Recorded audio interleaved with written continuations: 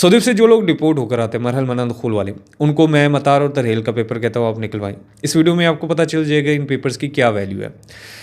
एक केस मैं आपके साथ शेयर कर रहा हूँ। इस बंदे का हरूब है 1442 में है। अब इस बंदे का देखने को केस तकरीबन लग रहा है कि ये बंदा जा सकता है। कोई एजेंट इस केस को पकड़ लेगा या आपका दिल करेगा कि हम ट्राई कर लें, शायद हम चले जाएं या एंट्री मिल जाए।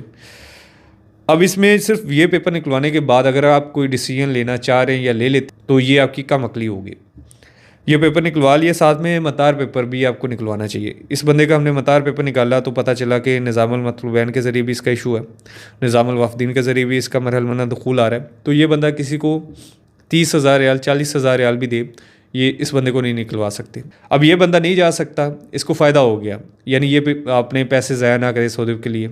जो इसने ट्राई करनी है वो किसी और कंट्री के लिए ये ट्राई कर ले, किसी और कंट्री का ये देख ले वीज़ा इसको मिलता है, या कारोबार में लगा ले, कुछ भी कर ले। यहाँ पर उन पैसों से वो कुछ भी कर सकता है, वो ज़ाया नहीं होंगे।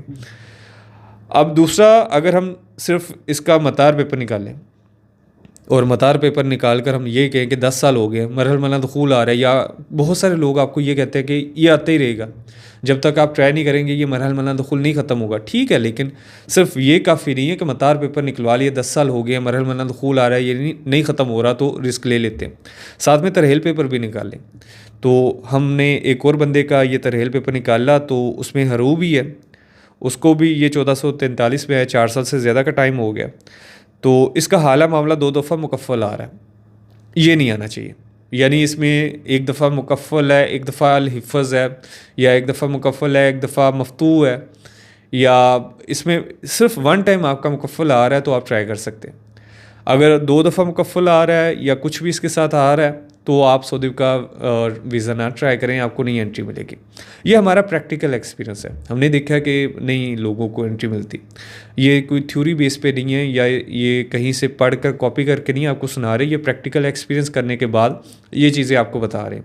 और इसमें इंशाल्लाह जो लोग ट्राई करेंगे या जिनका कोई है वो इसको हमें चैलेंज कर सकता है कि सर हम गए हैं, हमें एंट्री मिल गई है, आप झूठ बोल रहे हैं, कमेंट कर सकते हैं, ये साबित कर जाए।